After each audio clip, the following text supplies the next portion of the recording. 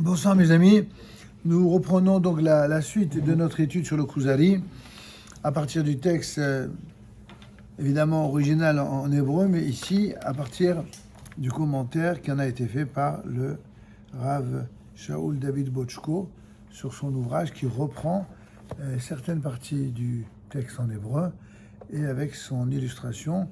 Et humblement, nous allons apporter quelques commentaires sur cette étude pour la présenter au plus grand nombre et vous intéresser à participer à notre étude que nous faisons Be'ezrat Hashem tous les lundis soirs à 20h pour l'instant, et lorsqu'il y aura le changement d'horaire, probablement ce sera entre 19h30 et 20h, nous verrons d'ici là.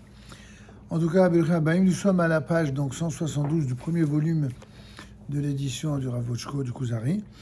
Et nous sommes au sous-titre « Le culte sacrificiel ». L'importance du culte sacrificiel nous échappe aujourd'hui totalement. En effet, on a du mal à imaginer quel pouvait être l'univers, l'ambiance, mais aussi la émouna qui se dégageait chez ceux qui étaient liés à la vie quotidienne du Temple de Jérusalem. Non seulement n'a-t-il pas cours de nos jours, hélas, mais comme il ne correspond plus aux usages courants et que la culture ambiante le juge dépassé, nous ne pouvons plus en percevoir la puissance ni l'effet. Ce que le Rav dit ici, c'est quelque chose qui est en fait très simple à comprendre, mais qu'on n'a pas toujours la force d'appréhender comme il s'y est. Il y a des gens pour qui, bon, ça va, avec le temple, sans le temple, bon, un jour ça viendra, mais finalement, c'est pas si grave qu'il n'y ait pas le temple. L'essentiel, c'est qu'on ait la Torah, pour les uns, ou pour les autres, l'essentiel, c'est qu'on ait l'État d'Israël. Et chacun considère comme son essentiel, c'est ce qu'il a, ou ce qu'il peut avoir. En fin de compte, c'est encore un esprit très, très galoutique que de dire, bon, c'est déjà pas mal, hein, toujours de se contenter d'un minimum. L'ambition du Ham Israël, à travers l'étude de la Torah et le respect des commandements, c'est d'avoir des ambitions beaucoup plus grandes, beaucoup plus élevées, des objectifs qui soient les objectifs idéaux, notamment ceux qui sont les objectifs des grands maîtres d'Israël, comme le Rambam et comme d'autres, qui, comme on va l'expliquer, on l'a déjà un peu expliqué, mais on va l'expliquer, bien qu'il va dire des choses aux apparences contradictoires, en vérité, il va s'adresser à un public différent. La sagesse d'un sage, c'est de savoir communiquer avec des publics différents, en sachant d'avance que s'il veut avoir la moindre chance d'être écouté, d'être entendu, non pas par ambition personnelle ou par arrogance, mais par souci de fidélité à l'enseignement de la Torah et de nos maîtres, c'est de s'exprimer à des gens dans l'esprit de ces gens, c'est-à-dire on est à la capacité de rendre ces paroles audibles. Et c'est en cela que je rends un hommage particulier au Rav Bochko, qui a fait ce travail de mise à niveau, de vulgarisation. On avait pourtant fait ici le jour du Kuzari plusieurs fois dans le passé, dans la version hébraïque directe, mais on a bien vu que c'était difficile d'accès. Eh bien, le fait d'avoir fait un commentaire systématique en français, dans les plus grandes parties du Kuzari, donne la possibilité à ceux qui n'ont pas accès au texte hébreu de pouvoir s'en approcher de façon sérieuse, même si l'idéal reste de pouvoir l'étudier en hébreu. Alors je poursuis le texte que le Rav nous propose ici. Les sacrifices nous paraissent aujourd'hui vulgaires et grossiers, spirituellement très éloignés de notre conception de la sainteté. On prend un animal, chose tout à fait matérielle. On l'égorge, opération à la fois sanglante et brutale, qui n'est évidemment pas très jolie à voir, surtout pour la mentalité dans laquelle nous vivons. Et pour tout dire, dit le Rav, aux apparences cruelles, on asperge l'autel de son sang, on le brûle tout ou partie sur l'autel, peut-être en mange-t-on. Et on appelle cela le service de Dieu. Comment ces actes d'un niveau aussi bassement matériel, d'aucuns, si nous osions, diraient presque barbares, comment ces actes peuvent-ils être considérés comme le culte du plus haut et du plus sublime? Le Rav ici pose une question fondamentale. Il se fait en vérité, dans sa pédagogie d'enseignement, le porte-parole de ceux qui raisonnent comme des intellectuels, qui ne raisonnent pas avec la Emouna. La Emouna, elle a toujours le préjugé selon lequel tout ce que la Torah nous enseigne et tout ce que nos sages nous enseignent de la Torah, c'est forcément quelque chose de très élevé.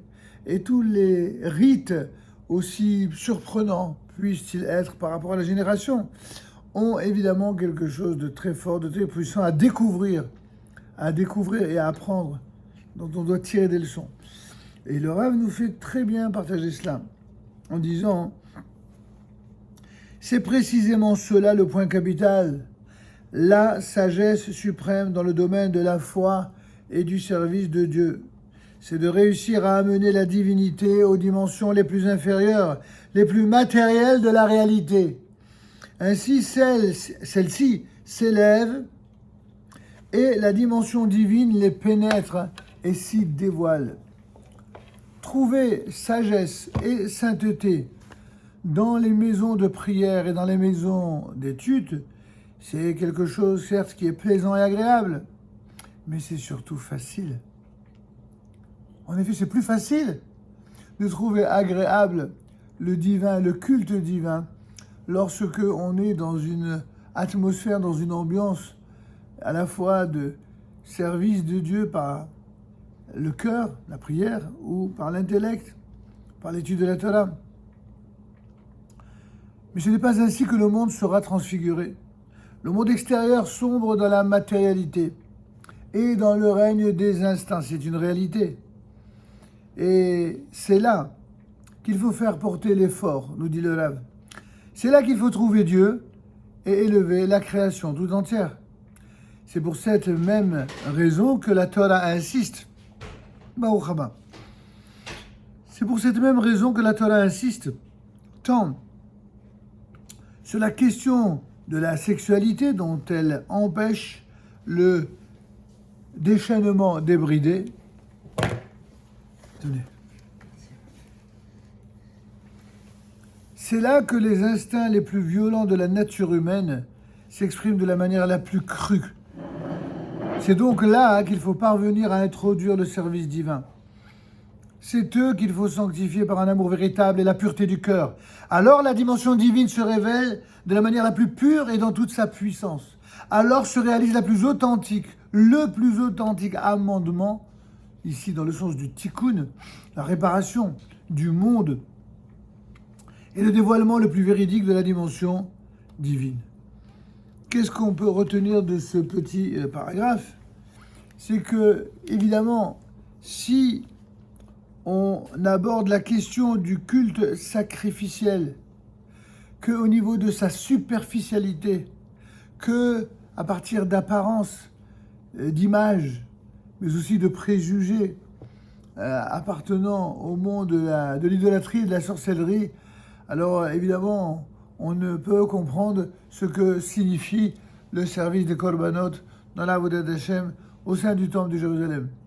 Mais si on essaye d'avoir un petit peu d'humilité, mais surtout de profondeur, et de ne pas croire que l'intelligence humaine, c'est faire de sa personne un idolâtre du cerveau humain, un idolâtre de l'intellect, au point de croire que l'intellect, c'est Dieu lui-même. C'est la faute dans laquelle tombe malheureusement une partie des intellectuels. Dieu, c'est une idée, c'est un concept philosophique, idéologique pour eux. C'est pas celui qui est au-dessus de tout, y compris de leur propre cerveau, y compris de leur propre intellect. Donc ils ont du mal avec ça. À l'inverse, quand quelqu'un a à la fois l'humilité, mais aussi la émouna et surtout le bon sens, de réaliser à quel point un être humain tel que nous, qui sommes créés par Akadosh Baruch Hu, et auquel nous devons absolument tout, depuis la naissance, aux côtés bien sûr de nos parents, mais sur le plan moral et spirituel notamment. Alors on doit se dire que même s'il y a des choses, comme on l'avait expliqué au nom du Rav Kook, qu'on a du mal à comprendre parce que pour les comprendre, il faut l'association de trois forces colossales unies en permanence, le cœur, la raison et l'âme. Le cœur, la raison et l'âme, c'est l'association et l'unité, l'union de ces trois forces en même temps et constamment qui permet d'être réceptif et de comprendre un certain nombre de difficultés, parfois, que seul l'intellect ne pourrait comprendre, que seul le cœur ne pourrait comprendre, s'il était limité à cela. Quant à l'âme, elle a, il est vrai, des sources qui sont illimitées, puisqu'elle provient directement de Dieu, l'expression, l'émanation même de Akadosh Baruch Hu, sauf que même dans l'âme, celle-ci qui a priori intrinsèquement est illimitée, elle peut devenir limitée dès le moment qu'on porte atteinte à cette âme. Le corps, par nature, il est limité. L'âme est une parcelle d'infini, c'est une parcelle du divin, c'est une parcelle d'illimité. Alors comment peut-on porter atteinte à cette parcelle? Mais quand on la rend malade.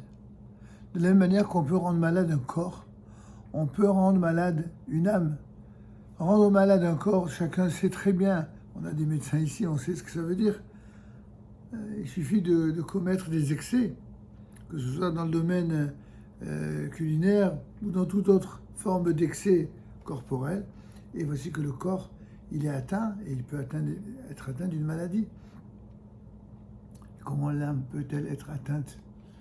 J'ai toujours pour habitude de dire que de la même manière que le corps a besoin d'être nourri, de boire, de manger, de se reposer et de vivre de manière équilibrée, ainsi l'âme, elle a aussi besoin de nourriture spirituelle.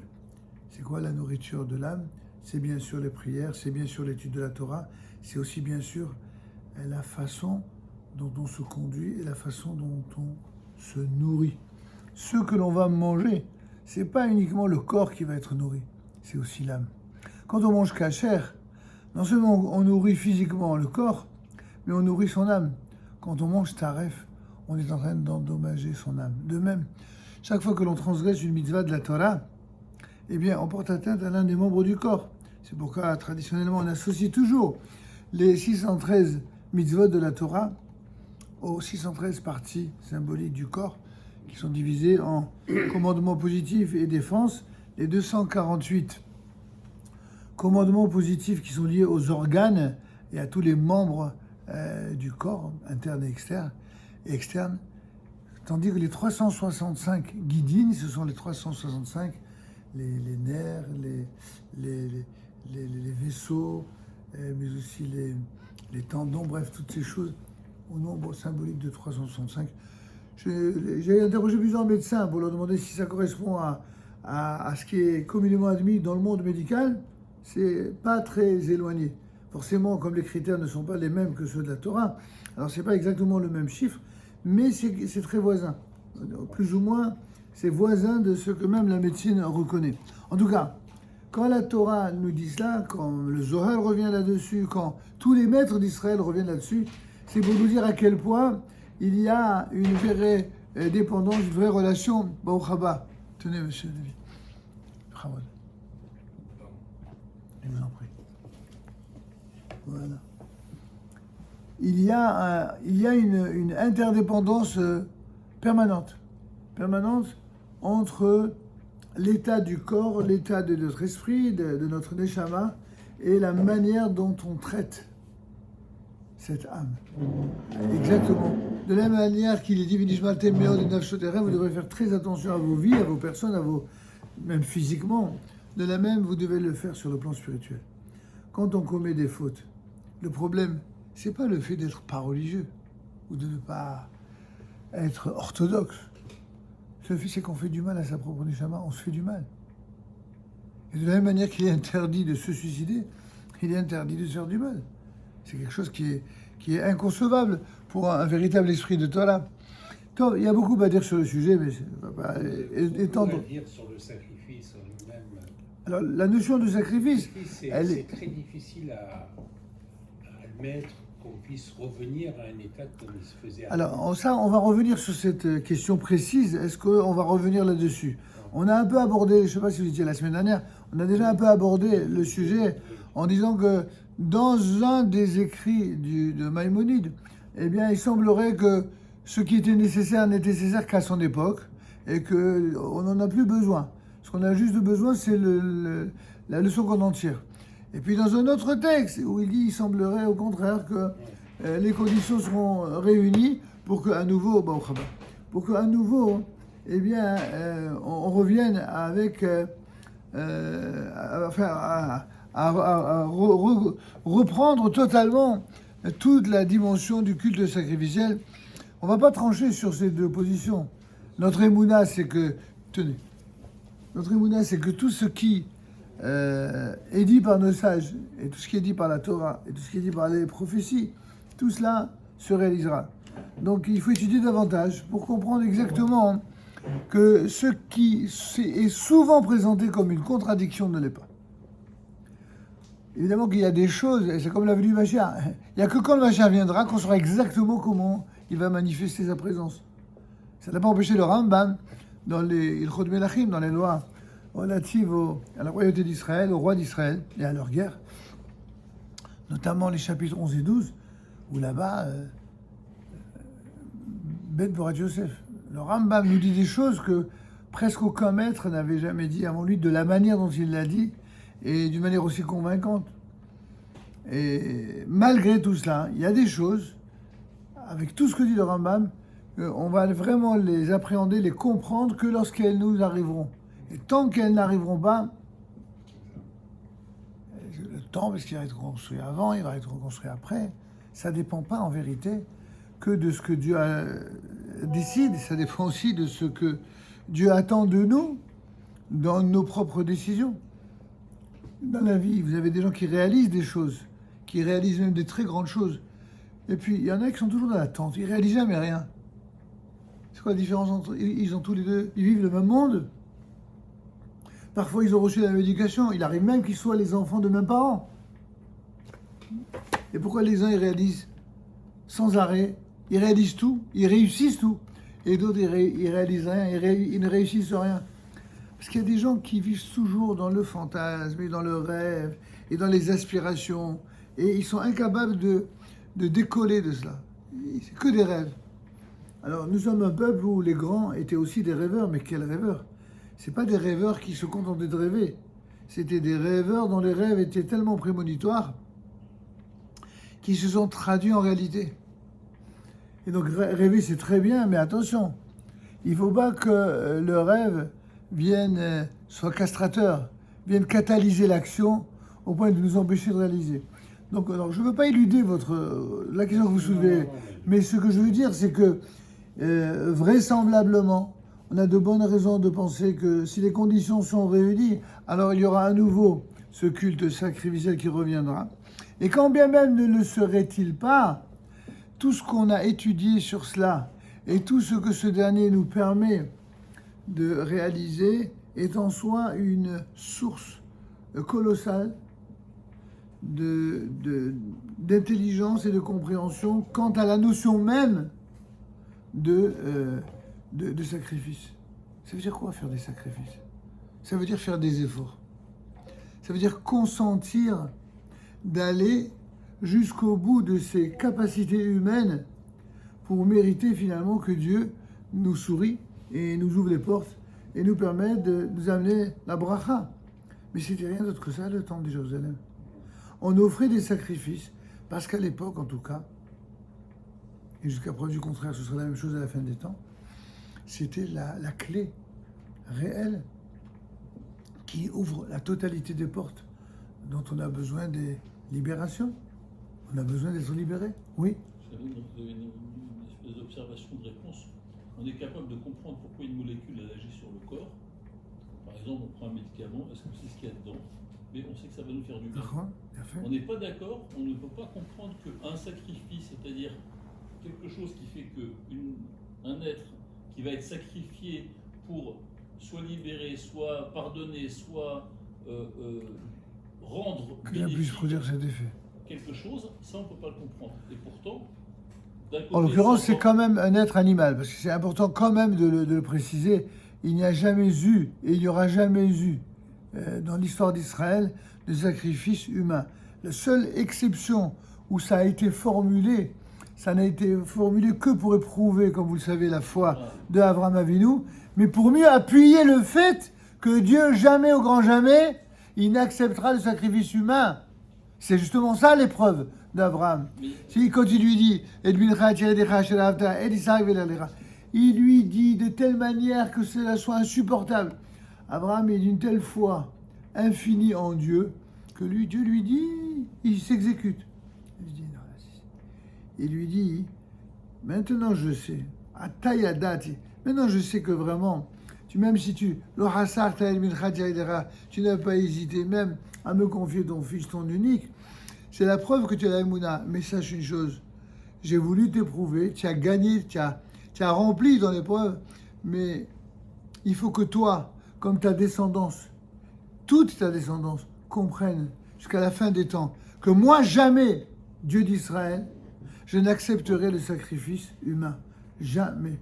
Et quant à ceux qui prétendent que du sacrifice, qui n'a d'ailleurs jamais eu, d'Isaac, il n'a jamais eu lieu, il a été remplacé, comme vous savez, par un bélier, eh bien, que certains ont déduit que c'est de là qu'ils devaient être prêts à se sacrifier, voire à sacrifier leurs propres enfants, vous savez, le fameux shahid, pour mériter l'amour de Dieu, etc. Ça, c'est une vision qui est extrême dans un univers spirituel connu, mais c'est quelque chose qui ne sera jamais admis ni accepté, et qui ne l'a jamais été.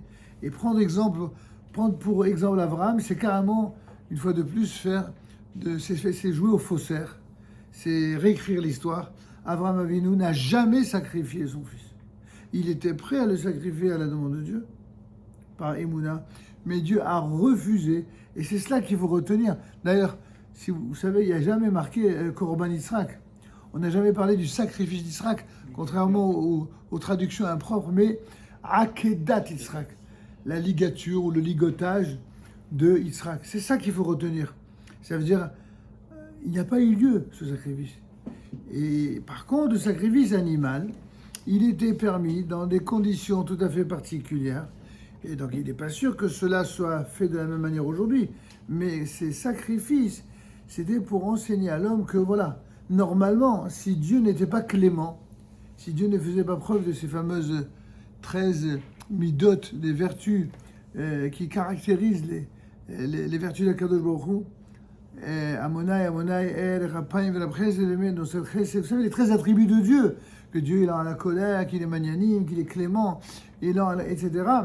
Si Dieu n'avait pas toutes ces qualités-là, alors il ne nous aurait pas donné la possibilité, lorsque nous méritons la mort pour un acte extrême, de nous racheter, entre guillemets, par le fameux sacrifice animal d'époque. C'est une des explications, en tout cas, qui sont formulées. Et lorsqu'aujourd'hui, on veut avoir un effet aussi radical, vu qu'on n'a plus le droit de faire les sacrifices, en tout cas de la manière dont on les faisait à Jérusalem, au temple, etc., alors comment faire pour... certains disent les prières. Oui, mais les prières, c'est en plus, c'est pas à la place, ça accompagne.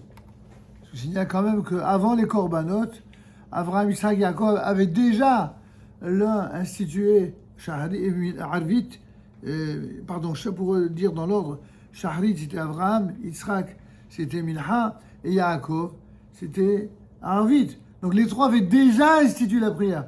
Donc si on dit que depuis que les corbanotes ont été supprimés, on a remplacé les corbanotes par la prière, c'est un raccourci. C'est pas tout à fait exact. Les prières, elles n'étaient pas faites de la manière dont on les fait aujourd'hui, c'est vrai, depuis un Tchèque de là, mais le concept même de prier Dieu, dans ces 3 temps de la journée, existait déjà. Alors donc qu'est-ce que ça m'a apporté de plus, les corbanotes?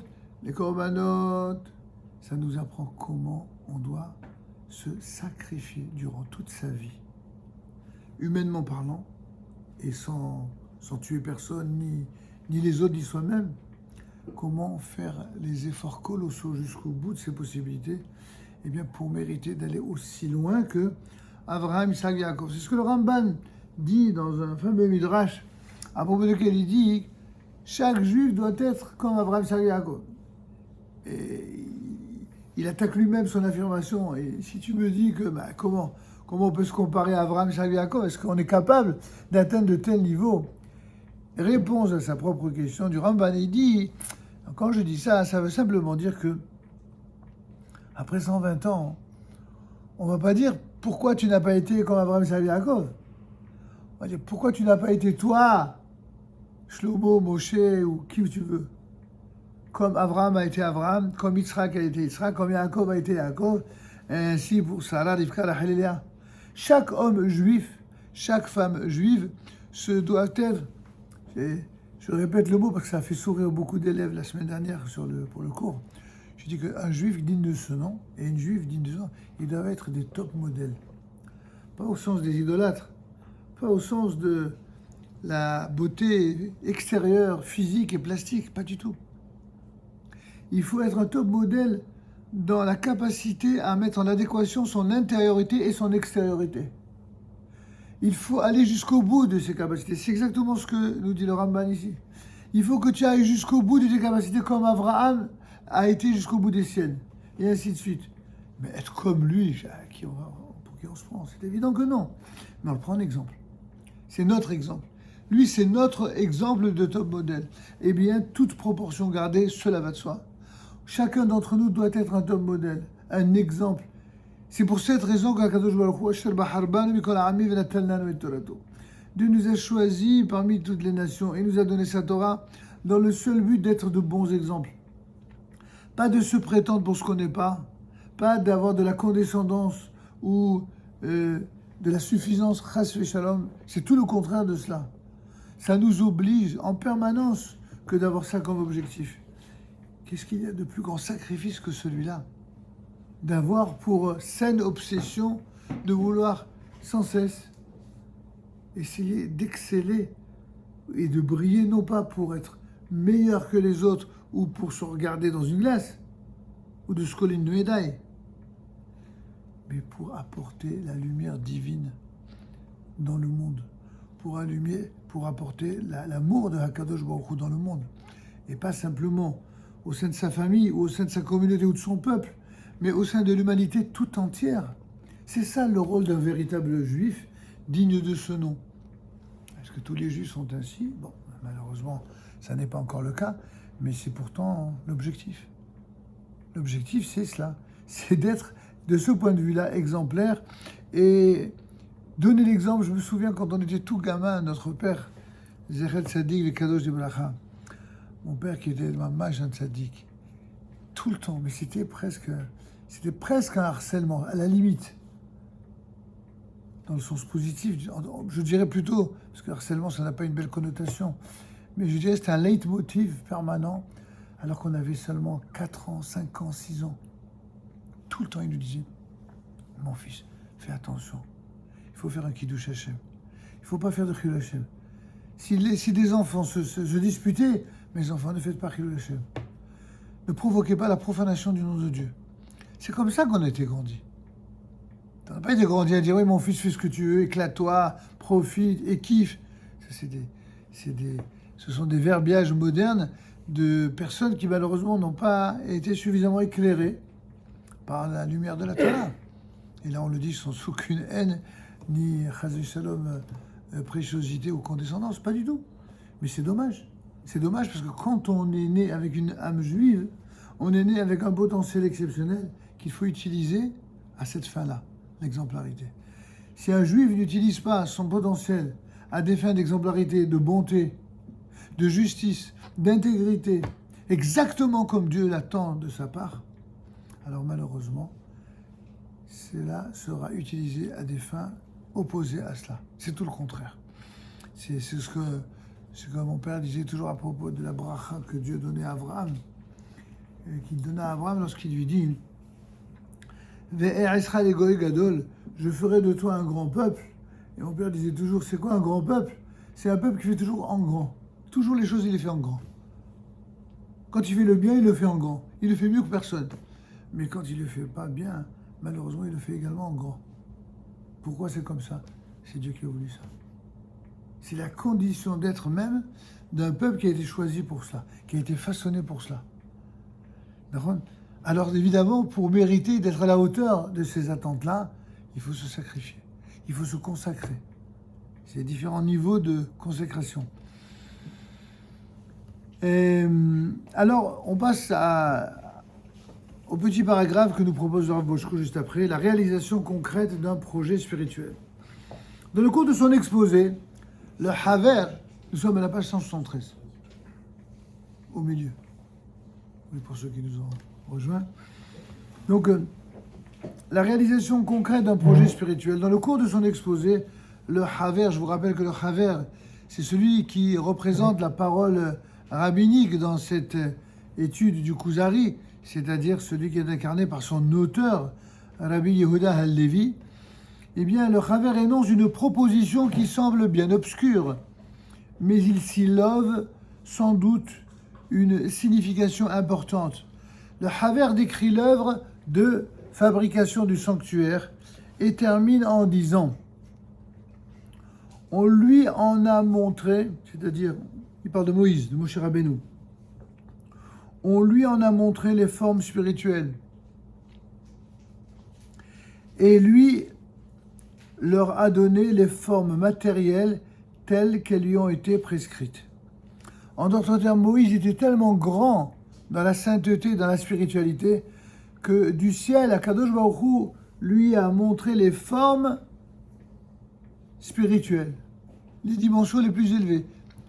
Et Moïse, ce grand homme, ce grand prophète, cet homme de Dieu, a eu cette capacité hors du commun à donner les formes matérielles, à leur donner un contenu, comme je disais tout à l'heure, à rendre audible ce qui, d'un point de vue spirituel, aurait pu sembler, comment dirais-je, inaccessible.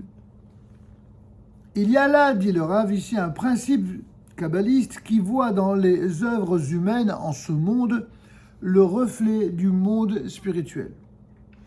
Le sanctuaire est un édifice matériel construit par Moïse. Mais il consiste à faire descendre dans le monde concret un projet spirituel dans son entièreté, à réaliser en acte ce qui n'était encore qu'en puissance.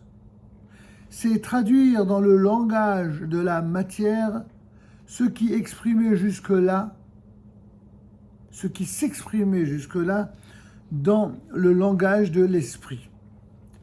Nous avons déjà eu l'occasion de dire que toute chose matérielle créée en ce monde a été précédée par une pensée originelle, une idée abstraite qui s'est progressivement concrétisée à mesure qu'elle descendait dans l'échelle de l'être jusqu'à parvenir à l'existence physique du monde d'en bas.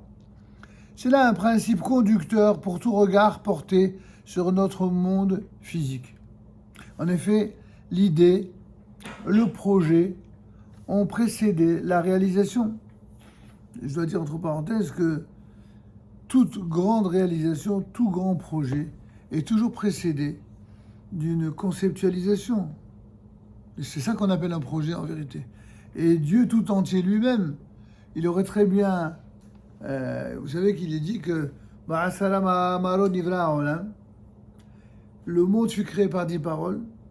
Et là-bas dans les Pères Kavod, vous connaissez, j'imagine, cette maxime qui dit Dieu aurait très bien pu créer le monde en une seule parole.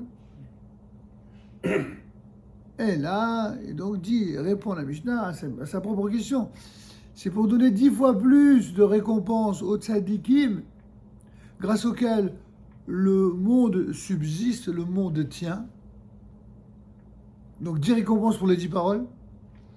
Mais c'est également pour donner 10 fois plus de châtiments à ceux qui compromettent l'équilibre du monde et visent ou tendent à sa destruction. Mon père, Zroli Bracha, disait toujours, Rabbi Shimon, Mais ok, elle nous a bien posé la question et a bien répondu la Mishnah. Mais il y a une question que lui, mon père, posait. Mais en vérité, il lui suffit que Dieu eût voulu que le monde soit et le monde eût été. Pourquoi Dieu a exprimé Birla la parole? La Mishnah, elle nous dit pourquoi une parole, pourquoi 10 paroles et pas une? Elle a répondu comme ça, il y a 10 fois plus de récompenses pour ceux qui le méritent et 10 fois plus de châtiments pour ceux qui le méritent. Mon père dit mais pourquoi Birla, Dieu a utilisé la parole? Dieu, il est toute puissance. Il lui suffit que Dieu eût voulu mentalement que le monde soit et le monde eût été. Or, la réponse qu'il donnait, qui évidemment est évidente pour celui qui est habitué à l'étude, c'est que la parole, elle a justement, dans la volonté divine, une vocation constructive. On ne doit pas utiliser la parole pour faire autre chose qu'être créatif et créateur. Et voir constructif et constructeur. Je le dis de deux manières. C'est pour ça que le Lachon Hara est interdit. Pourquoi on n'a pas le droit de... Je me souviens d'un élève qui était un plaisantin, gentil, sympathique, qui aimait faire de l'humour. Et il me dit, Rav, je sais que c'est pas bien de faire du Lachon Hara. Ah, mais qu'est-ce que ça fait du bien? Je lui dis, mais... Alors bon, après la plaisanterie, je lui dis, tu te trompes. Tu te trompes, ça fait pas du bien. Ça te donne l'impression que ça fait du bien. Exactement comme quelqu'un qui se drogue, il a l'impression que la drogue lui fait du bien sur l'instant. Mais quand après il sort de sa drogue ou de son ivresse ou de toute cette dépendance, eh bien, il est dans un état, il est tellement chiffon qu'il comprend que cette apparence de bien n'était pas pour le bien, mais c'était quelque chose qui devait concourir à sa perte. Et c'est la même chose. La parole, il faut la libérer uniquement pour le bien. Le fameux Chafetz Chaim, mais même le Rambam déjà, avant lui, nous disait qu'il y a 3 types de paroles qui sont permises et qui sont chaudement recommandées. Le premier type de parole, c'est Torah ou Tfila. Chaque fois qu'on utilise la bouche, la parole, pour prier et pour étudier la Torah, ça c'est évidemment la meilleure façon de faire usage de ce don du ciel qui consiste à s'exprimer. Ouvrez la bouche pour prier, ouvrez la bouche pour étudier la Torah. Il n'y a rien de plus top que cela. La deuxième, c'est Shalom Velerut. Ouvrir sa bouche et prendre la parole pour inciter à la paix, l'unité, la fraternité, l'amitié, la vraie amitié. Je ne parle pas du copinage. Je fais toujours cette distinction entre amitié et copinage.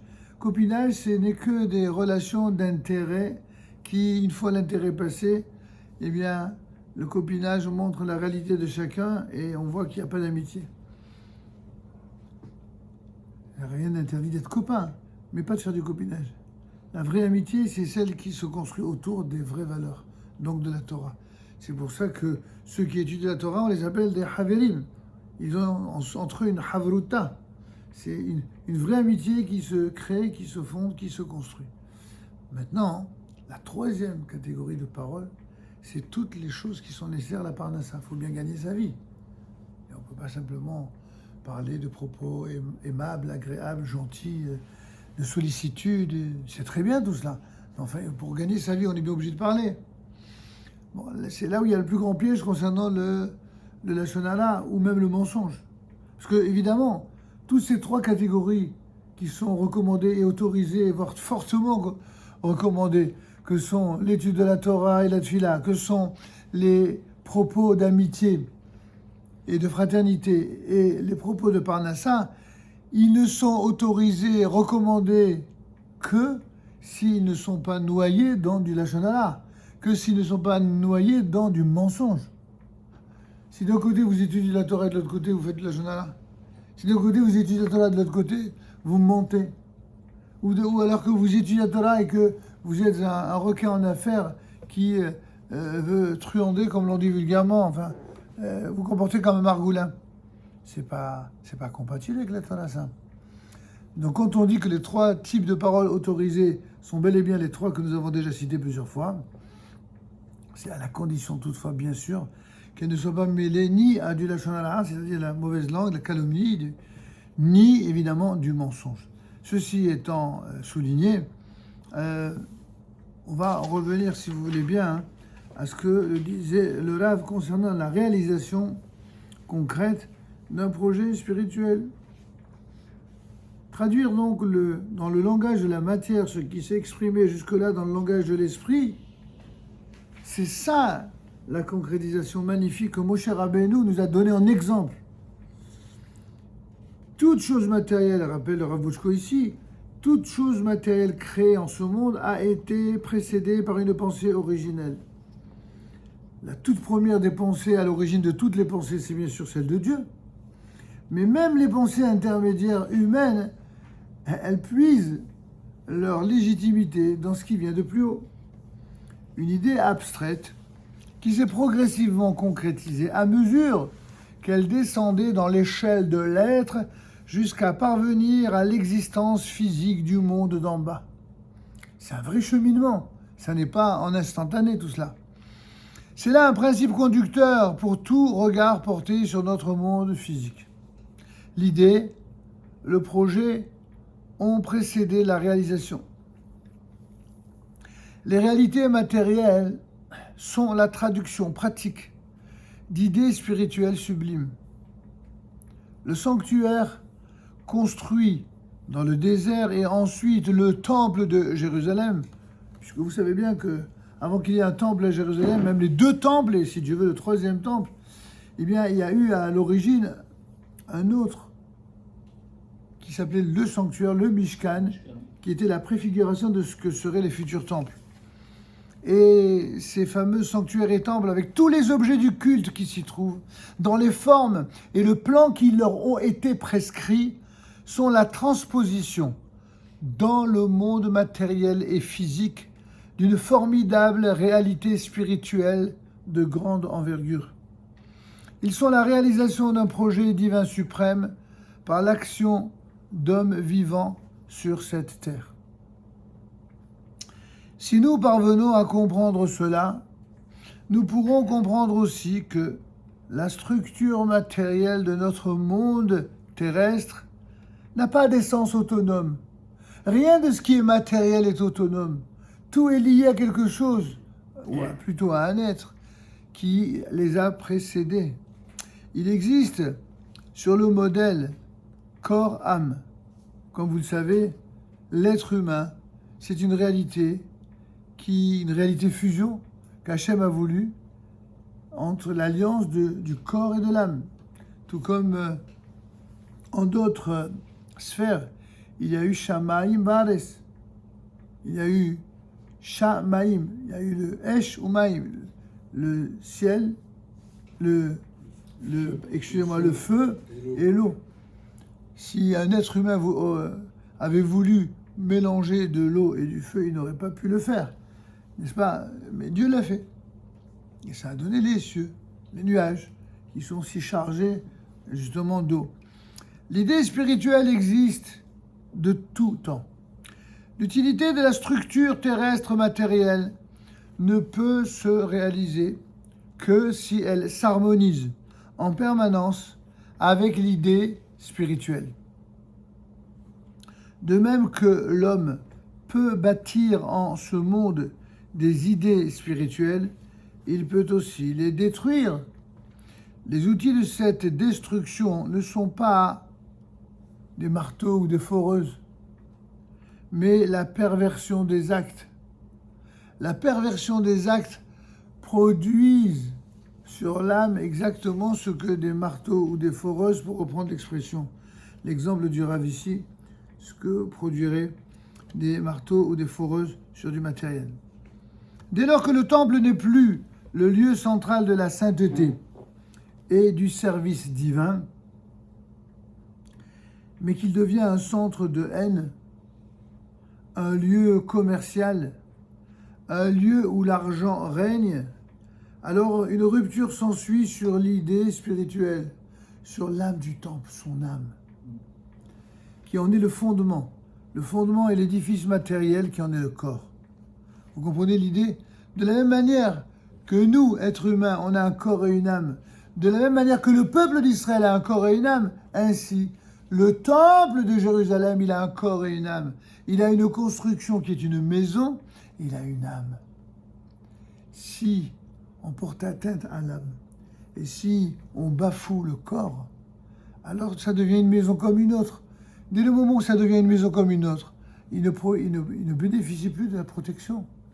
Et dès le moment où il ne bénéficie plus de cette protection, alors c'est pour ça qu'il a été détruit. Il a été détruit parce qu'il n'avait plus l'élément protecteur. Oui. Nous, on est la forme réelle, la réalité physique. Oui. Si je comprends ce que le Rav explique, d'une réalité spirituelle dans un monde qui est un monde supérieur ou parallèle. En fait, on est grosso modo le reflet de quelque chose qui existe. Oui. Quand le Beth Amikdash ainsi que le Mishkan étaient présents, la réalité spirituelle des Juifs à l'époque était telle qu'ils méritaient d'avoir et le Mishkan et le Beth Amikdash. Je ne sais pas si c'est en termes de mérite. Ou en tout cas, si les mérites existent, ils sont plutôt associés au mérite d'Abraham, Yitzhak, Yaakov d'une part, mais aussi des souffrances endurées par le peuple d'Israël. Parce qu'en vérité... Alors, c'est pas mérite, c'est la réalité spirituelle de la qualité spirituelle de ceux qui existaient ou qui étaient à l'époque. Oui. Et la destruction du temps, parce que c'est aussi la réalité physique d'une réalité spirituelle qui était décadente, bien sûr. Qui était décadente. Bien sûr, évidemment. Et cette réalité spirituelle, en fait, elle était aussi dans les mondes supérieurs, qui était aussi évidente. C'est-à-dire que, en fait, c'est un effet de miroir. Si c'est décadent ici, fatalement, dans les cieux, c'est aussi décadent, et donc, ça perd de sa substance, et ça perd aussi de l'unité d'Akadosh Baruch Hu, parce que, en fait, il faut que ça soit le plus proche possible de lui. Plus ça se détache, plus c'est décadent, plus ça se détache. Alors, c'est pas forcément de l'unité d'Akadosh Baruch Hu, parce qu'il n'y a personne qui peut porter atteinte à l'unité d'Akadosh Baruch Hu. Mais par contre, on peut porter atteinte à la relation entre cette unité et nous. Vous savez, je disais dans le cours de la semaine dernière, je ne sais pas si vous étiez là, je disais que ce qui nous distingue de façon manifeste d'autres courants religieux connus, sans les nommer pour ne blesser personne,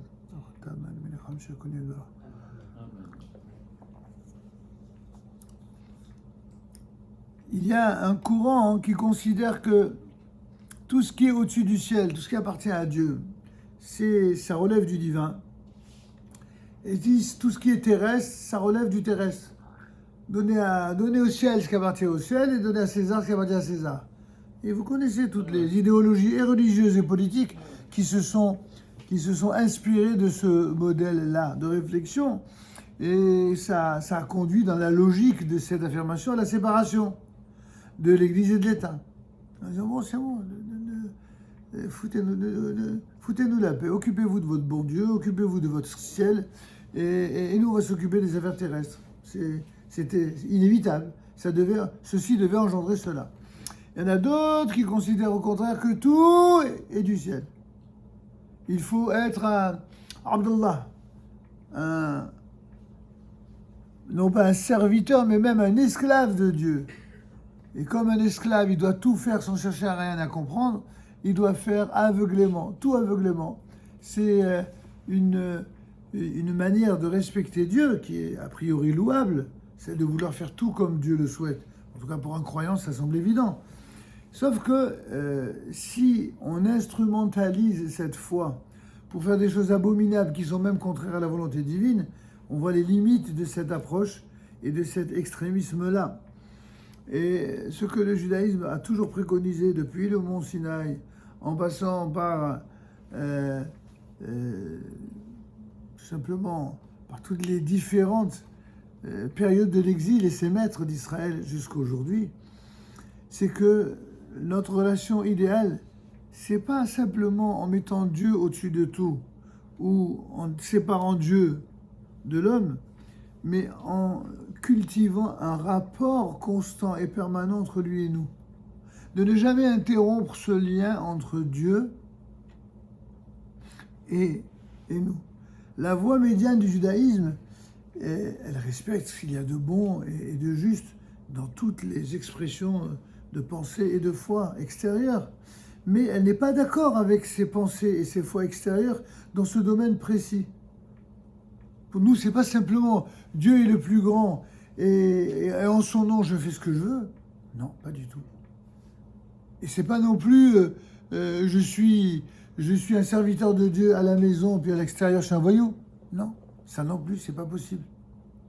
Et c'est pas toutes les formes irrévérencieuses et maquillées dans l'histoire de cette manière de concevoir la relation à Dieu où on va décider à la place de Dieu de quelle manière le servir. Non, messieurs.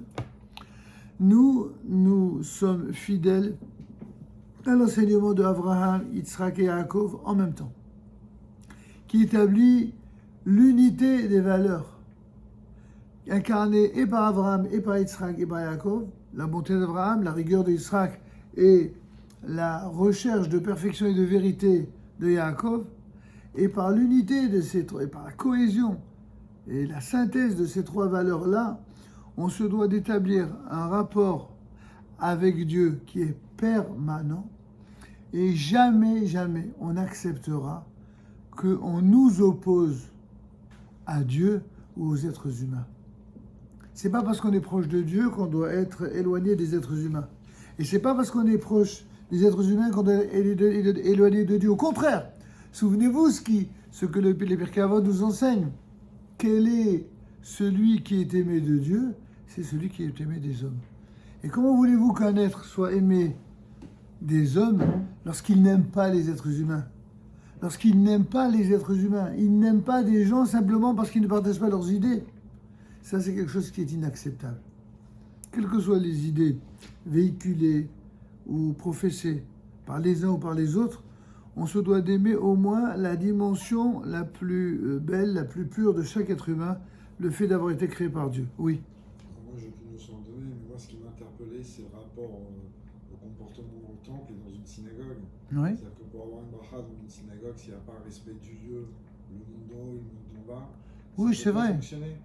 Vous avez raison, mais en Il y a vérité... certaines communautés Ouais, où ça se passe bien, parce que les gens ils comprennent ce discours, ouais. et d'autres où c'est plus difficile. Ouais. L'apprentissage se fait avec le temps, mais c'est plus difficile. Vous avez raison, mais c'est On pas voit aussi vrai. des actes de shonara ou de remarques Ouais. sur les gens, quand Ouais. on ne sait pas qui ils sont. Je sais, mais ça n'est pas vrai que pour les communautés, en vérité. Vous avez raison que c'est vrai aussi pour les communautés. Mais comme nous, ce qui nous Noir a... sur blanc, excusez-moi, Oui, c'est absolument. Mais ce qui nous intéresse, nous, ce n'est pas que le rapport à la communauté, mais le rapport au monde. Les deux sont importants, à tout moment. Et ce que vous dites, et qui est absolument vrai au plan communautaire, l'est tout autant au plan d'une nation, au plan d'un peuple, d'un pays. Regardez, quand en France, vous avez des gens dans la rue qui s'expriment, qui se comportent de la manière dont ils se comportent. Et ce que je dis en France, c'est valable aussi en Israël. Hein. Quand il y a des manifestations de rue en Israël, ils n'ont rien à envier aux manifestations de rue qu'il y a en France. Dans un cas comme dans l'autre, vous avez des gens, ils professent, ils proclament quelque chose dans lequel ils croient. Et ils restent dignes, ils se comportent bien. Même s'ils disent des choses qui signifient probablement une critique pour ceux d'en face qui pensent pas autrement, qui pensent autrement, pardon, et ils ne perdent pas leur âme, ils ne perdent pas leur humanité, ils ne perdent pas leur bonté, ils ne perdent pas leur capacité à rester unis. Alors c'est pour ça que je vous dis, ce qui est vrai dans une communauté, l'est vrai tout autant en vérité dans la rue. Sauf que la rue étant un domaine qui est public, alors c'est évidemment forcément moins incontrôlable. Mais en vérité, on est dans une génération où tout a été tellement, entre guillemets, avec des grosses guillemets, démocratisé, que du coup, il n'y a plus personne dans aucune structure qui peut véritablement transmettre quoi que ce soit s'il n'y a pas une structure sérieuse, s'il n'y a pas un minimum de hiérarchie et un minimum de respect de la hiérarchie, parce que sans quoi, aucun message ne peut passer, aucun ordre ne peut être construit, aucune réalisation ne peut voir le jour. On parle ici de projet. Pour qu'il y ait projet, il faut y avoir pensé ce projet. Et puis ensuite, il faut le réaliser. Pour le réaliser, c'est ce que le Rav a voulu nous montrer en démonstration ici. Les choses se concrétisent progressivement, à mesure qu'elles descendent dans l'échelle de l'être, je reprends les mots, jusqu'à parvenir à l'existence physique du monde d'en bas. Donc l'origine, elle est là-haut. Et la finalité, pour nous qui vivons dans ce monde-ci, c'est quand même une adéquation dans le monde d'en bas. C'est là un principe conducteur pour tout regard porté sur notre monde physique. L'idée, le projet ont précédé la réalisation. C'est pas, j'allais même dire que, puisque vous parlez de communauté, la vie d'une synagogue, la vie d'une association, la vie d'une collectivité quelle qu'elle soit, heureusement qu'il y a des gens responsables qui méritent leur nom de responsables, qui anticipent et qui projettent avant que les choses n'arrivent, comment faire, comment réaliser, comment construire pour que ça se passe de la meilleure façon et surtout construire quelque chose qui reste, qui produise des fruits. Parce que si on n'a pas de tels responsables, c'est voué à l'échec. Les réalités matérielles sont la traduction pratique d'idées spirituelles sublimes. Le sanctuaire construit dans le désert et ensuite le temple de Jérusalem, avec tous les projets du culte qui s'y trouvent, dans les formes et le plan qui leur a été prescrit, sont la transposition dans le monde matériel et physique d'une formidable réalité spirituelle de grande envergure. Ils sont la réalisation d'un projet divin suprême par l'action d'hommes vivant sur cette terre. Si nous parvenons à comprendre cela, alors nous pourrons comprendre aussi que la structure matérielle de notre monde terrestre n'a pas d'essence autonome et donc pas non plus d'existence indépendante. Il existe sur le modèle corps-âme, l'idée spirituelle existe de tout temps. L'utilité de la structure terrestre matérielle ne peut se réaliser que si elle s'harmonise en permanence avec l'idée spirituelle. De même que l'homme peut bâtir en ce monde des idées spirituelles, il peut aussi les détruire. Les outils de cette destruction ne sont pas des marteaux et des foreuses, on l'avait déjà dit, je sais, mais c'était pour revenir et bien préciser ce qu'on a déjà dit. Donc les outils de cette destruction ne sont pas des marteaux et foreuses, mais la perversion des actes. Dès lors que le temple n'est plus le lieu central de la sainteté et du service divin, mais devient un centre de haine, un lieu commercial, un lieu où l'argent règne, une rupture s'ensuit entre l'idée spirituelle, son âme qui en est le fondement, et l'édifice matériel qui en est le corps. Je profite de cette précision pour rappeler que, contrairement à ceux dont nous ont fait procès d'intention la plupart des antisémites de tous les temps, il n'y a pas plus généreux qu'un juif. Il n'y a pas plus généreux qu'un juif. Mais d'où ça vient cette générosité? Ça remonte depuis le don de la Torah. À cette époque-là, eh bien, les Juifs ont généreusement donné tout leur or pour la construction du Mishkan. Sauf que le Talmud pose la question, mais enfin, je ne comprends pas cette nation. Elle donne de l'or et de l'argent pour le bien, mais elle donne aussi pour le mal. Elle a donné, certes, pour la construction du Mishkan, pour le sanctuaire, mais elle a donné aussi pour le veau d'or. Et alors, comment on peut donner à la fois pour le bien et pour le mal? C'est un petit peu la qualité et le défaut, ou le défaut de la qualité ou la qualité du défaut de la plupart d'entre nous. Il nous faut beaucoup de maturité spirituelle pour faire la part des choses et ne pas se laisser gagner par son mauvais penchant et utiliser quelque chose qui a priori nous a été gratifié par Hachem, par Dieu, pour faire du bien uniquement, et peut-être qu'on peut l'utiliser pour d'autres choses qui ne sont pas bien. C'est ça aussi la avodat d'Hachem. Oui. J'avais une question par rapport au modèle corps-âme. Oui. En fait, est-ce que si on voit que le corps c'est comme un kéli, est-ce qu'il a une utilité en soi ou c'est juste quelque chose qui sert à l'âme et tout seul il n'a pas d'utilité en fait? C'est une belle question.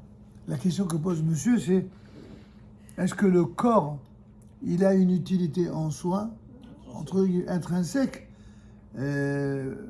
ou alors il n'a d'utilité que s'il a une âme? La réponse, elle est très claire et sans appel. Le corps n'a d'utilité que parce qu'il est porteur d'une âme. La preuve, c'est que lorsqu'une personne décède, l'âme s'en va. C'est parce que l'âme s'en va que le corps meurt, pas le contraire. Ou même si c'était le contraire, ce serait une seconde près. Ça reviendrait au même. Le corps, c'est en vérité l'âme qui l'anime. C'est l'âme qui lui donne vie. Dès le moment où cette âme n'est plus là, le corps n'a presque plus aucune valeur. Je dis pas n'a plus de valeur parce que pour nous juifs, le corps a toujours une valeur. Ne serait-ce que parce qu'il a abrité une âme divine. C'est pour ça qu'il a une valeur. Et c'est pour cela que le corps est entouré de tellement de règles de respect, toutes les règles notamment ce qu'on appelle Taharat HaMishpacha, du dernier devoir. Et comment on se doit d'être respectueux quand on est en présence d'un corps avant son enterrement. Oui, on le respecte. On le respecte exactement comme le manteau d'un Sefer Torah ou le manteau du Héral, on l'embrasse. Mais qu'est-ce que c'est? C'est du tissu. Mais tu es fou, tu embrasses du tissu? Non, non, non, non. C'est pas un tissu. C'était un tissu quand il est sorti de la chaîne de fabrication. Mais du moment où ce tissu, il est venu pour recouvrir un Héral ou recouvrir et devenir le manteau d'un Sefer Torah, voire d'une Teva, etc., ça n'est plus stam un tissu, c'est un tashmish et kedusha, c'est quelque chose qui sert à la kedusha, et donc on l'embrasse et on le respecte pour cela. La même chose, le corps humain, c'est un corps d'abord qu'on doit respecter de son vivant. Il y a des gens qui font une quasi-idolâtrie de ceux qui sont morts. Il faut respecter la mémoire des défunts, bien entendu, pour toutes les raisons qu'on a indiquées. Mais c'est quand ils sont vivants qu'il faut les respecter. Je connais bien des gens qui ont tué leur maître et leur rabbin à petit feu quand ils étaient à la tête de communauté.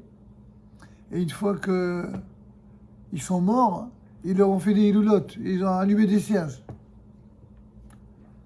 Ce serait bien passé d'allumer des cierges pour les traiter de la manière dont ils ont traité de leurs vivants. Heureusement, c'est une minorité, mais ça existe. C'est pourquoi je vous dis, il n'y a pas que pour les rabbins. Les êtres humains, tous, autant que nous sommes, les êtres humains, ça se respecte. Les gens, ça se respecte. C'est un vrai problème d'ailleurs. Nous utilisons, comme nous tous aujourd'hui, pratiquement les réseaux sociaux pour des raisons d'efficacité et de communication avec ceux qui ne communiquent qu'avec cela. Pendant des années, on a été très récalcitrants, on n'aimait pas trop tout cela. Pourquoi? Parce que nous, on vient d'une génération où on nous a appris à avoir des relations qui sont des relations directes et sincères et réelles, présentes. C'était ni à travers un YouTube, ni à travers un Zoom, ni à travers un texto ou un WhatsApp. Non, c'était direct. Pourquoi? C'était l'image du Beth Midrash. Donc, Chachamim nous disent, la vérité, si tu la recherches vraiment, il n'y a qu'un seul endroit où tu la trouveras, au Beth Midrash.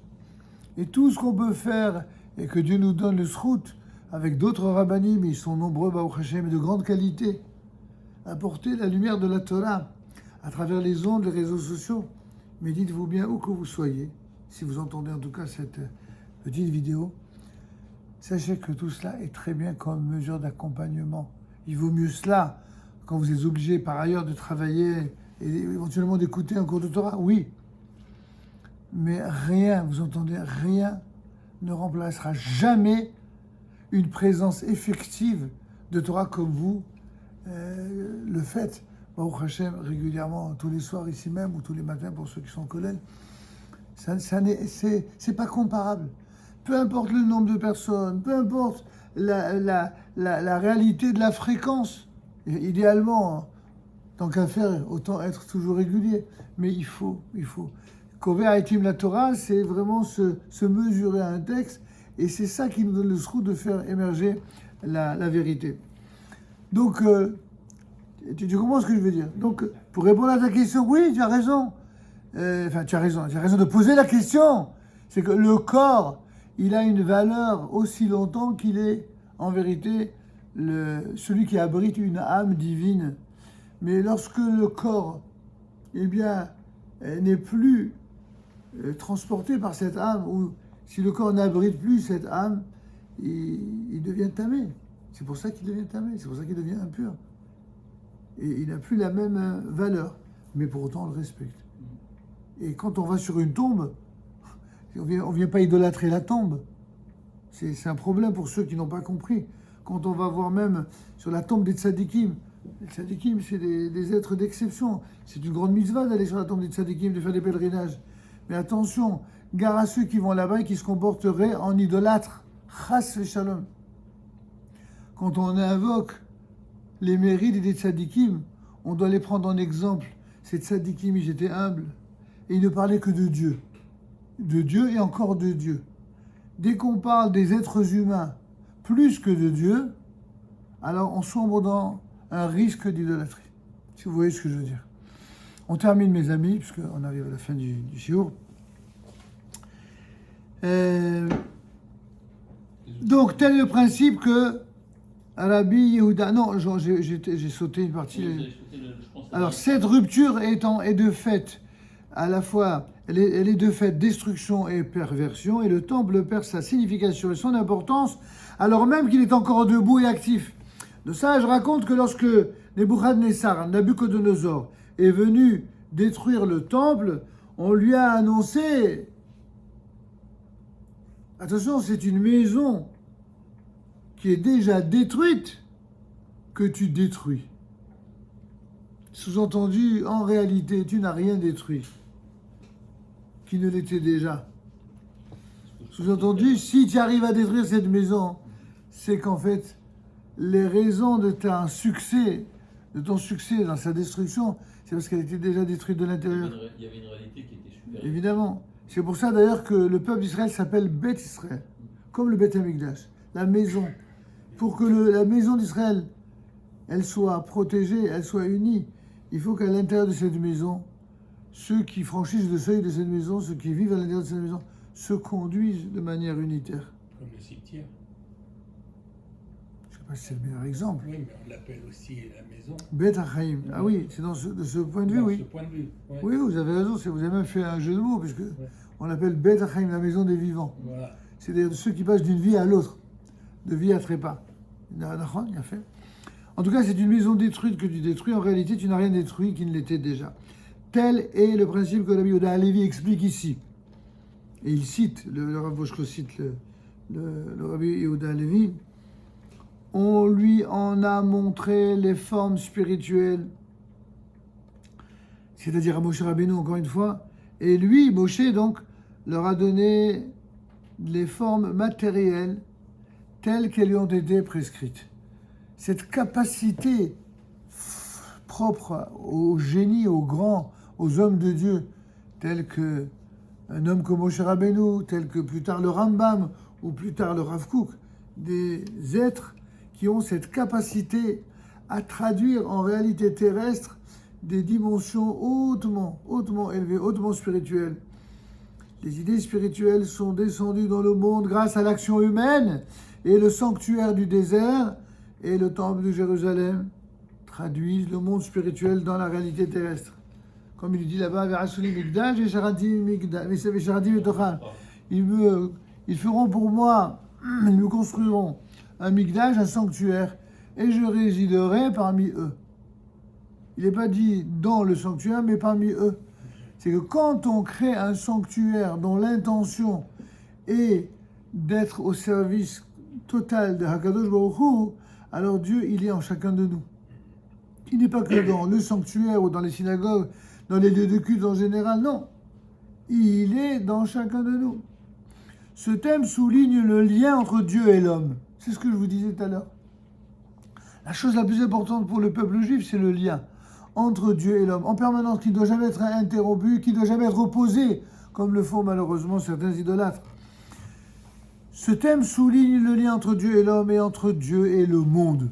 La création tout entière et la matérialisation de quelque chose de spirituel.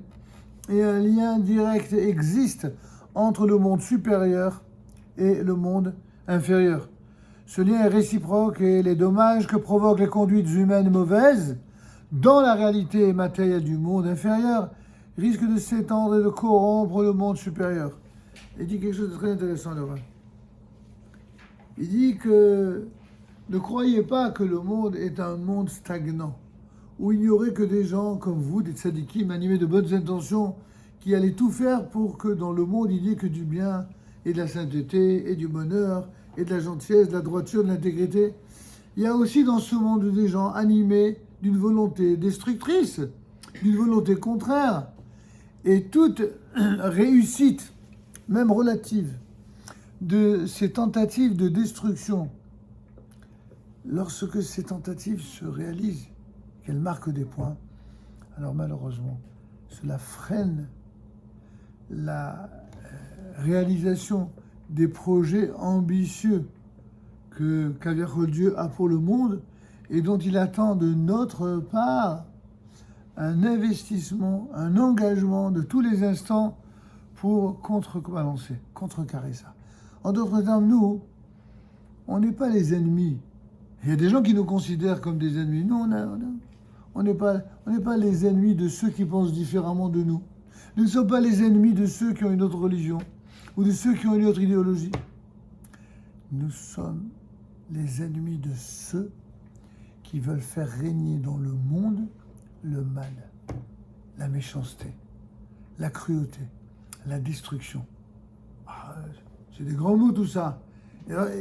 Et comment reconnaître ceux qui sont ces détenteurs de ce désir de destruction et de volonté de faire régner le mal? C'est très simple. Tous ceux qui s'en prennent au peuple d'Israël, tous ceux qui s'en prennent à Israël, tous ceux qui s'en prennent à Dieu, pouvaient être certains que ces gens-là ne s'en prennent à ce peuple, à cette nation, que pour cela, que parce qu'ils incarnent ce que Dieu a décidé d'amener dans ce monde et de le traduire dans ce qu'il y a de meilleur. Il veut nous empêcher de réaliser ce pourquoi on a été choisis. Et c'est en cela que eux se conduisent en ennemis, même si nous, c'est pas de cette manière-là que nous espérons arriver à nous améliorer. C'est, comme disait le Rav Kook alav shalom, c'est en apportant la lumière que l'on fait reculer l'obscurité. C'est en amenant à aimer la vie, eh bien, que l'on fait reculer la mort. En même temps, c'est deux réalités qui sont aussi des réalités divines. Kadosh Baruch Hu a fait le bien, comme on l'a fait dans la paracha. Je mets devant toi Oui. Bracha ou Klala, Oui, tu choisiras la vie. Je mets la vie et la mort, tu choisiras la vie. Donc, j'ai placé devant toi le bien et le mal, la bénédiction et la malédiction, la vie et la mort, mais tu choisiras la vie. Donc le reflet sur le reflet terrestre de ce qu'est Akadosh Baruch Hu, c'est-à-dire le bien qui nous transmet pour qu'on soit, pour qu'on fasse du bien, ça c'est une réalité, mais en même temps, pour nous faire avancer, ou en tout cas nous permettre d'évoluer, d'aller au-delà de nous, il va nous donner aussi toutes les réalités du mal, c'est-à-dire le Yetzirara, La question, on est d'accord, il n'y a personne qui dit le contraire, mais tout cela, il faut apprendre le pourquoi. Non, alors, pourquoi Dieu il a créé tout cela? Il a créé justement pour que nous ayons le mérite je sais de bien, choisir. Alors ça, je comprends, mais en fait, l'histoire, c'est que d'un côté comme de l'autre, Dieu se met toujours en avant. Soit la lumière s'élève et elle a des resplendissances, en tout cas, c'est Akadosh Baruch Hu, donc sa magnificence, mais quand c'est aussi, d'une autre manière, tout ce qui est mauvais, tout ce qui peut être les courants contraires qui s'expriment, c'est aussi une expression d'Akadosh Baruch Hu qui se fait sur Je suis parfaitement d'accord, mais encore une fois, il y a ce qu'on appelle le Lechatrila, aussi bien dans la halakha que dans le domaine de la pensée. Il y a ce qu'on appelle le Lechatrila et le B'diavad. Lechatrila, c'est quelle est la situation idéale d'a priori et quelle est la situation d'a posteriori. La situation idéale d'a priori, c'est toujours de s'inscrire dans le sillon de la volonté d'Hachem, du respect de ses lois, et d'aller dans le sens de sa volonté dans tout. Ça, c'est tu choisiras la vie. Maintenant, dire, et vous avez parfaitement de le rappeler, dire que Dieu, c'est en fin de compte, il crée la lumière, mais il a forgé la lumière, il n'a même pas créé. La lumière, c'est une émanation de sa propre lumière. Par contre, le mal est une création. C'est une création qu'il a créée dans le seul et unique but de le repousser. Donc c'est important. Ce que vous dites est vrai, mais à condition, si je puis me permettre, d'ajouter cette précision. Le mal n'existe dans le monde que dans un seul but. C'est de faire émerger dans ce monde des êtres de bien qui aient la capacité de se battre pour le bien. On ne peut pas obtenir dans le monde du bien si on pense simplement à se détendre, à s'amuser, à son week-end, à s'éclater, à toutes les choses qui sont les fantasmes de la nouvelle génération. Et le farniente, c'est non. on doit être quelqu'un on doit prendre la vie au sérieux. On doit être sérieux. Dès que quelqu'un est sérieux, qu'est-ce qu'on dit dans certains milieux populaires? Oh, il se prend au sérieux. C'est-à-dire qu'on discrédite quelqu'un de sérieux.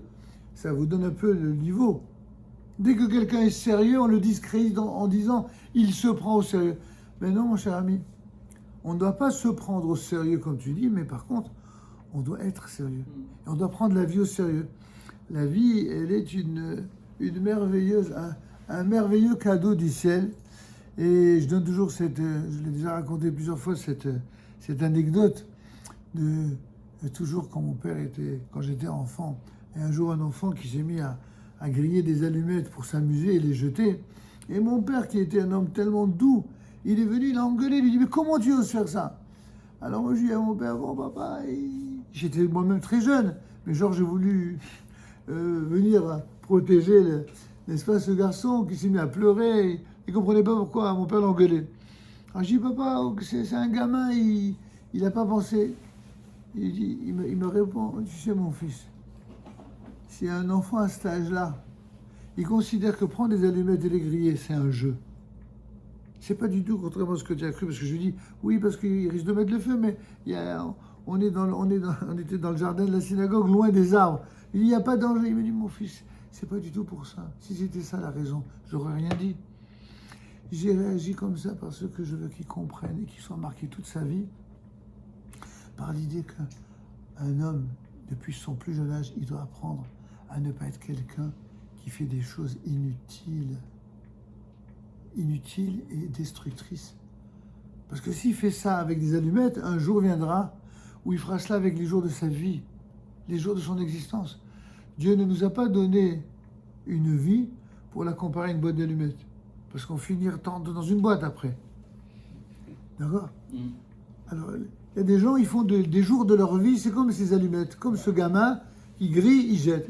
S'il joue, il croit ça. Vous avez des amuseurs publics, vous avez plein d'émissions comme ça, où les gars, ils racontent pendant des heures des histoires à dormir debout, des histoires plus ou moins drôles ou moins drôles, souvent d'ailleurs qui ne sont pas très morales, ni très respectueuses.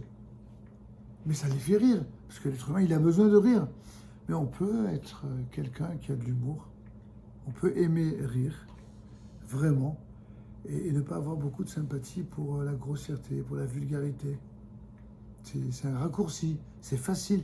C'est vrai que c'est beaucoup plus facile de faire rire les gens sur la base de choses inutiles et grossières et vulgaires, voire même vicieuses. C'est très facile. Il y en a qui en font un métier, sans vouloir leur casser leur métier, parce qu'ils ont sûrement leur raison d'être. Et eux aussi, ils procurent du bien à beaucoup de gens. Mais il faut savoir apprendre aussi à grandir. Il faut apprendre aussi à générer des choses qui soient vraiment belles et propres et lumineuses. Et c'est comme ça qu'on construit la génération de demain. Ça aussi, c'est un projet qu'il faut arriver à mener.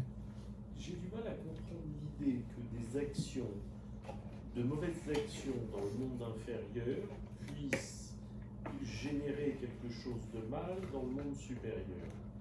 Ah, vous voulez dire... un monde de vérité. Oui, parce que alors, ça, il faudrait beaucoup de longs développements pour le démontrer, mais comme on est à la fin du cours, je vais au moins, pour ne pas éluder la question, revenir sur une seule idée qu'on a développée, que j'ai développée d'ailleurs. L'idée de ce qui est la spécificité du judaïsme, c'est la relation entre Dieu et nous. Ce lien, c'est pas que Dieu, la théorie, c'est pas Dieu un concept. C'est un Dieu vivant avec l'ensemble des univers qu'il dirige. Nos maîtres nous disent que de même qu'il y a la Jérusalem d'en bas, il y a la Jérusalem d'en haut. De même qu'il y a Olam Hazé, le monde ici terrestre, il y a aussi le monde qui vient, le monde d'en haut.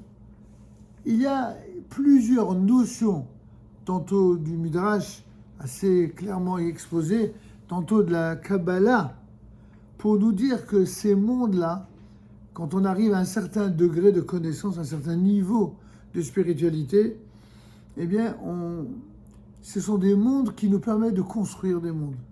Ce sont des mondes constructeurs. C'est plus simplement des idées constructives ou des idées théoriques. c'est des idées qui construisent des réalités.